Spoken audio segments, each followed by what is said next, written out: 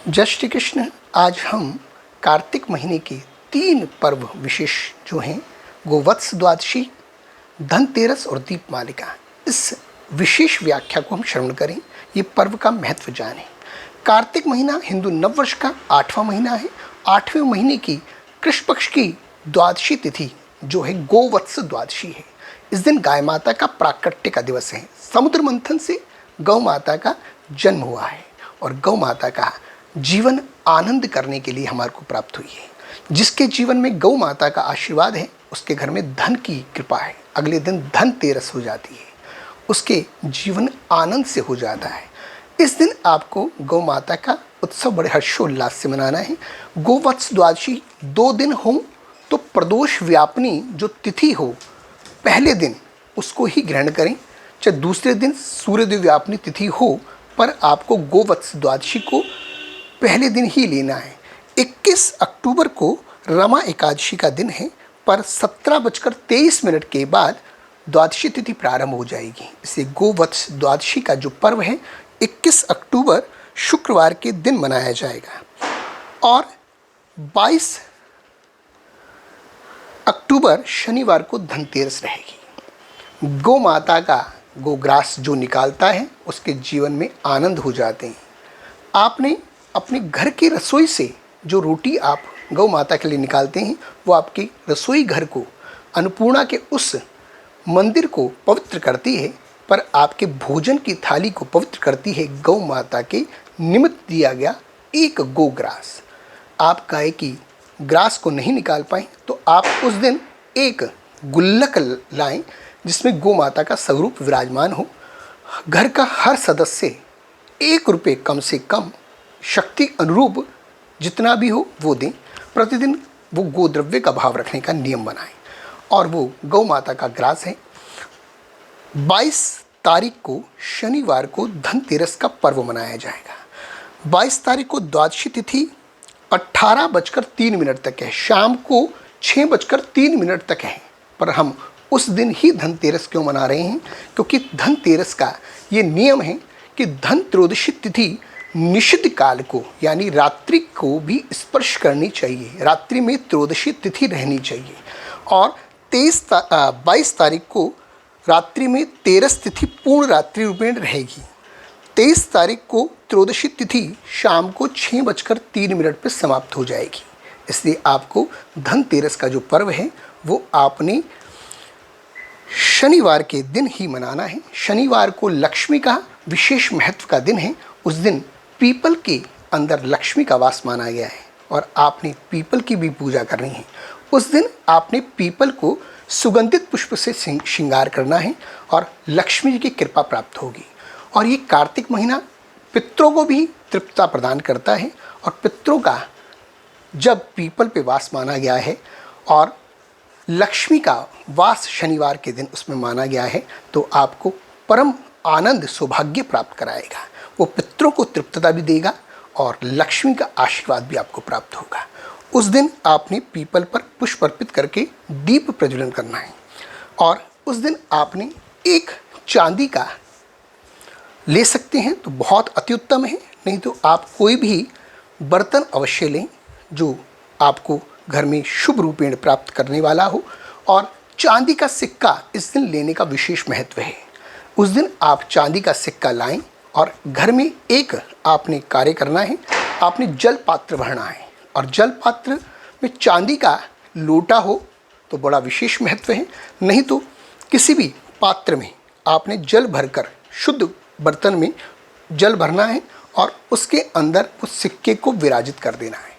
जो लोटा जो जल से भरा होगा वो समुद्र का भाव होगा और समुद्र तन्यम देवी, समुद्र की पुत्री हैं लक्ष्मी, और वो धनतेरस के दिन आप रखेंगे और दीपमालिका में उसको उत्तिष्ठ करके पूजा करेंगे। आपने उस दिन ये कार्य करना है। क्यों? क्योंकि जो कन्या है वो पिता के घर से प्रसन्न मुद्रा में आती है और लक्ष्मी जी हमारे यहाँ सुस्थिर भाव में प्रसन्न मुद्रा में हमारे यहाँ आएँ और वो समुद्र से लक्ष्मी का प्रादुर्भाव का भाव हो और वो हमारे घर में आनंद की वृद्धि करें। इस दिन आपने पूजा करनी है धनतेरस पर। और अब आता है दीपमालिका पर्व। दीपावली का पर्व 24 तारीख सोमवार को ही मनाया जाएगा उस दिन चतुर्दशी तिथि शाम को 17:27 तक है।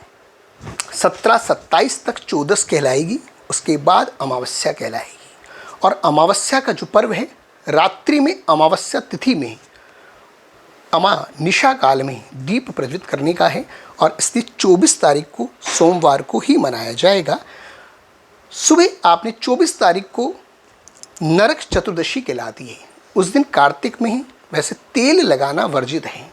एक दिन नरक चौदस वाले दिन, जिसे छोटी दिवाली का भाव भी हम कहते हैं, और इस बार छोटी दिवाली और बड़ी दिवाली का भाव एक दिन ही हो रहा है। उस दिन आपको तेल लगाना है, सुबह फिर स्नान करना है और रात्रि में आपने पूजा करनी है। मातेश्वरी लक्ष्मी की पूजा उनके पुत्र भाव गणेश जी के साथ करनी है। लोगों को ये ज्ञात नहीं है कि गणेश जी और लक्ष्मी की पूजा क्यों की जाती है। लक्ष्मी जी के पुत्र नहीं था और लक्ष्मी जी ने पार्वती जी को कहा कि मेरे जीवन में सुख आनंद में केवल एक पुत्र नहीं है। तो लक्ष्मी जी को पार्वती जी ने अपना पुत्र गणेश जी उनकी गोदी में दिए और कहा ये गणेश जी भी आपके ही पुत्र हैं, और इसलिए लक्ष्मी और गणेश जी का पूजन किया जाता है।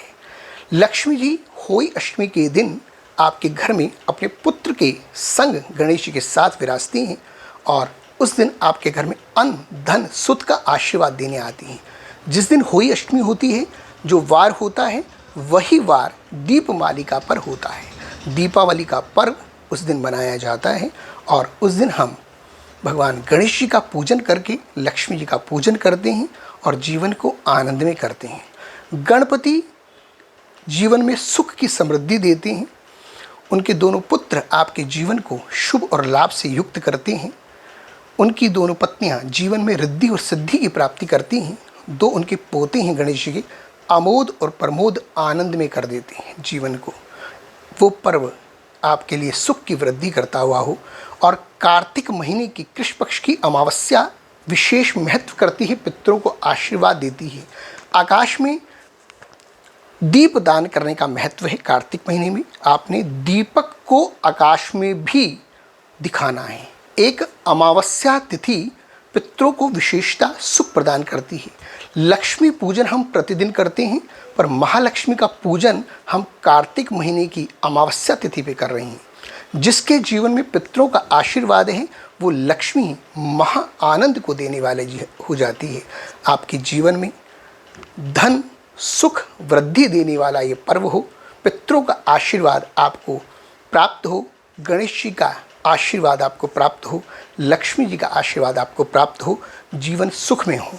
और अगले दिन ग्रहण आ रहा है और ग्रहण की चर्चा को हम अगले टॉपिक पर लेकर आएंगे, पर आपको एक हल्का सा दे दूं कि ग्रहण काल में अभी कई बार संदेश आता है कि तुलसी दल रख दें हम। तुलसी दल रखने से ग्रहण का दोष दूर नहीं होता। तुलसी दल से ग्रहण का दोष दूर नहीं होता, उसको दूर करता है विष्णु भगवान के रोम कुशा, जिसे हम दाब भी कहते हैं। और कुशा जो है वो आपको जीवन को आनंद देने वाली है। सुख की वृद्धि आपके जीवन में हो, ग्रहण का दोष आप पर ना लगे और आप हरि स्मरण उस दिन ग्रहण वाले दिन भी करना है। और अगले टॉपिक पर हम आएंगे, ग्रहण को समझेंगे, ग्रहण में क्या करें क्या ना करें। इस टॉपिक को लेकर मैं आपके बाद फिर आऊँगा। अग्रिम शुभकामनाएं देता हूँ दीपमालिका पर्व की। जय श्री कृष्ण।